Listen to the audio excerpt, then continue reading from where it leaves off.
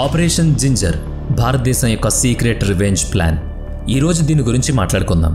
30 July 2011న 19 Rajput బెటాలియన్కు చెందిన ఇద్దరు సైనికులు కుప్వారాలోని గుగల్ధార్ కొండపై కూర్చుని వారి బంకర్ నుంచి ఎల్ఓసిని రెప్పవేయకుండా చూస్తూ ఉన్నారు.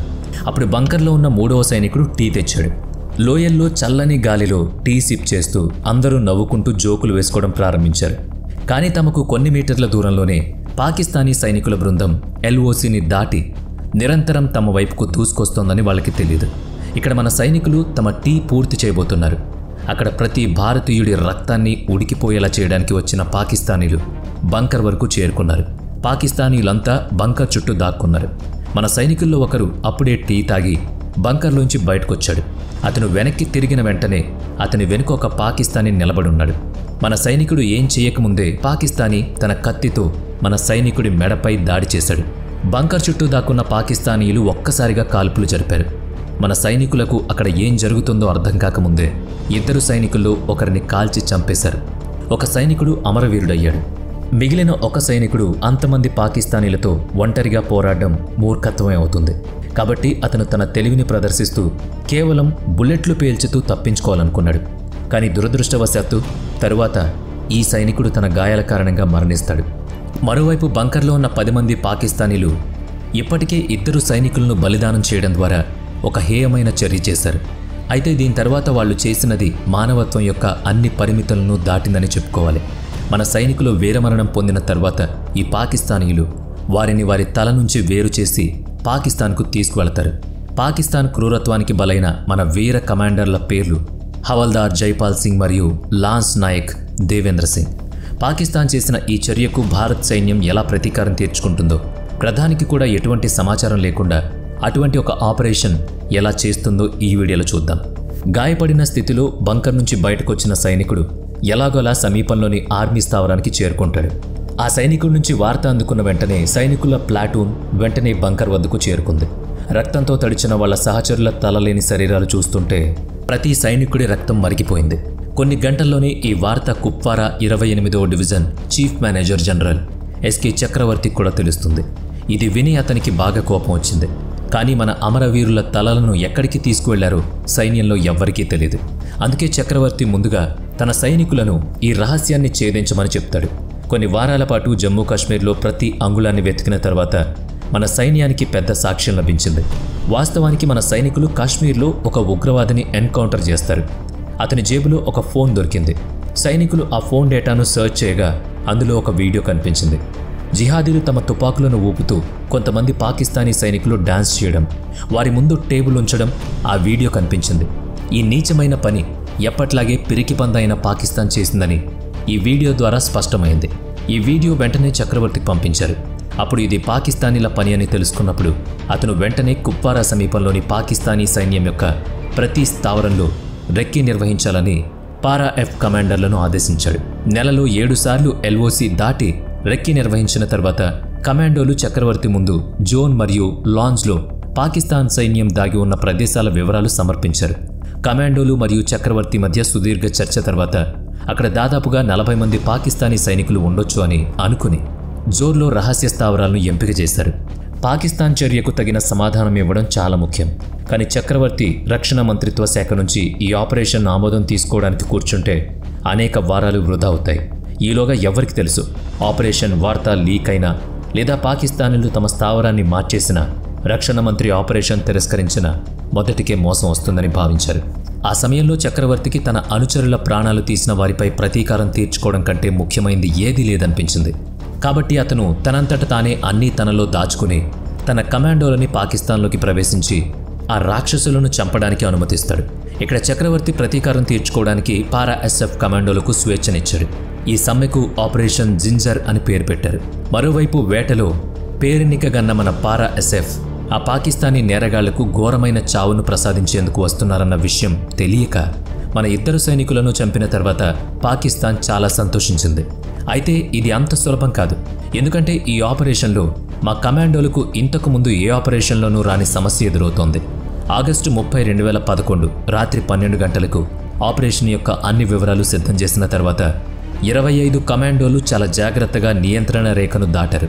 పాకిస్తాన్ భూభాగంలోకి ప్రవేశించడం సింహం నోట్లో చెయ్యి పెట్టడం కంటే ప్రమాదకరమైంది. మన కమాండోలను ఎట్టి పరిస్థితుల్లోనూ బ్యాకప్ కోసం పంపలేరు. అంటే ఈ 25 మంది కమాండోల ముందు 100 మంది పాకిస్తానీ సైనికులున్నా వాళ్ళని తామే ఎదుర్కోవాల్సి ఉంటుంది.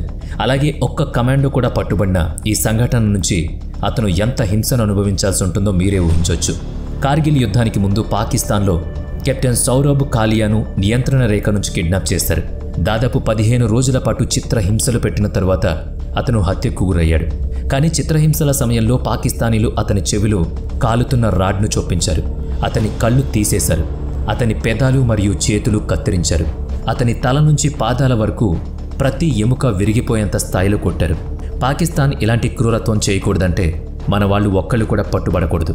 ఇవన్నీ తెలిసినప్పటికీ మన కమాండోలు ఎటువంటి పరిణామాలకు భయపడకుండా తమ సహచరులను చంపిన వాళ్లపై ప్రతీకారం తీర్చుకోవడానికి ధైర్యంగా ముందుకు సాగుతున్నారు. సుమారుగా 4 గంటల పాటు ఆ అడవిలో జంతువుల నుంచి తప్పించుకున్న కమాండోలు తమ లక్ష్యాన్ని చేరుకోబోతున్నారు. తెల్లవారుజామున 4 గంటలకు కమాండోలు తమ లక్ష్యాన్ని చూడడం ప్రారంభించారు. వాళ్ళు తమను తాము 2 గ్రూపులుగా విభజించుకొని చేతిలో తుపాకులతో ఒక వరుసలో ముందుకు సాగారు.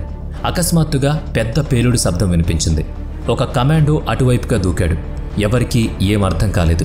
ఈ జంప్ చేసిన కమాండో నొప్పితో అరవడం మొదలుపెట్టాడు. నిజానికి ఈ కమాండో పాదం ఒక గనిపై పడింది. అతని చేతికి కూడా తీవ్ర గాయమైంది. ఇప్పుడు కమాండోలు తమ సహచరుణ్ణి జాగ్రత్తగా చూసుకోవాల్సింది ఒకవైపు, మరోవైపు పాకిస్తాన్ సైన్యానికి ఈ విషయం తెలిసిందా లేదా అనేది మరో టెన్షన్. గాయపడిన కమాండో నొప్పిని తగ్గించడానికి ఒక కమాండో వెంటనే మార్ఫిన్ ఇంజెక్షన్ చేస్తాడు. మరొకరు తన శరీరానికి కట్టుకట్టి రక్తస్రావం ఆపుతూ ఉంటారు. కొంత సమయం తర్వాత ఈ గాయపడిన కమాండో నొప్పి నుంచి కొంత ఉపశమనం పొందగానే కమాండోలు మళ్లీ తమ లక్ష్యం వైపు వెళ్లడం ప్రారంభిస్తారు. కమాండోలు లక్ష్యాన్ని చేరుకున్న వెంటనే అక్కడ పూర్తిగా ఖాళీగా ఉందని అర్థమవుతుంది. వెంటనే క్లైమోర్ మందు పాత్రలు వేస్తారు. ఈ గనుల ప్రత్యేకత ఏంటంటే 50 మీటర్ల వ్యాసార్థంలో ఎవరినీ సజీవంగా ఉంచవు. మందు పాత్ర వేసిన తర్వాత కమాండోల లక్ష్యం చుట్టూ వృత్తాకారంలో ఏర్పడి పొదల్లో దాక్కుంటారు. ఈ సర్కిల్లో ఉన్న కమాండోల ప్రధాన పని పాకిస్తానీయులను సమీపం నుంచి చంపడం. కమాండోలు ఈ సర్కిల్ వెలుపల మరొక వృత్తాన్ని తయారు చేశారు. అందులో స్నైపర్లు మరియు రాకెట్ లాంచర్లతో కమాండోలు పాకిస్తానీయులను దూరం నుంచి చంపేస్తారు. మన కమాండోలు పాకిస్తాన్లోకి ప్రవేశించడం ద్వారా వాళ్లని శిక్షించాలి అనుకుంటారు. అప్పుడే చరిత్ర పుటల్లో మన గురించి ఒక అధ్యాయం నమోదవుతుంది.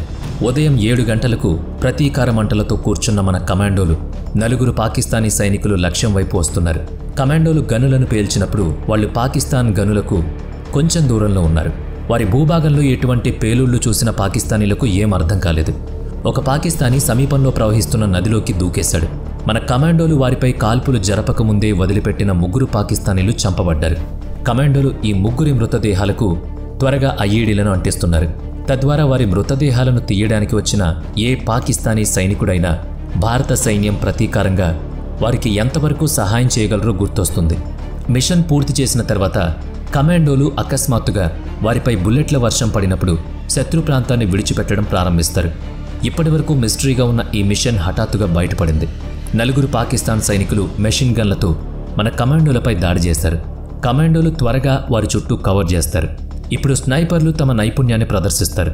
మన భారత సైనికుడికి చెందిన ఈ స్నైపర్లు మెషిన్ గన్లతో సహా మన కమాండోల వైపు ఉన్న ప్రతి తుపాకీని, ఆ తుపాకీ వెనుకున్న తలని కేవలం 10 సెకండ్లలో పేల్చి పడేస్తారు. దాదాపు 45 నిమిషాల పాటు ఈ కాల్పులు జరిగాయి.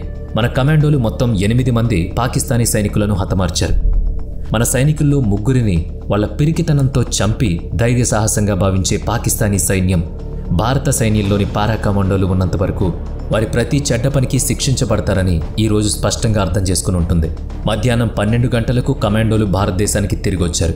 ఈ సందేశం మేజర్ చక్రవర్తికి కూడా పంపబడింది. మనం పాకిస్తాన్ గురించి మాట్లాడినట్లయితే వారి పాత సాకు ఏంటి అంటే భారతీయ సైనికులెవ్వరూ మన వైపుకు రాలేదు. కానీ పాకిస్తాన్ సైన్యానికి మన పారా ఎస్ఎఫ్ గురించి తెలియదు. వారు తమ సైనికులందరినీ నియంత్రణ రేఖ దగ్గర మోహరించారని భయం మొదలైంది. ఈ రహస్య మార్గంలో మన పారా ఎస్ఎఫ్ ప్రతి భారతీయుడి రక్తంపై తమ ప్రాణాలను పణంగా పెట్టి ప్రతీకారం తీర్చుకుంది.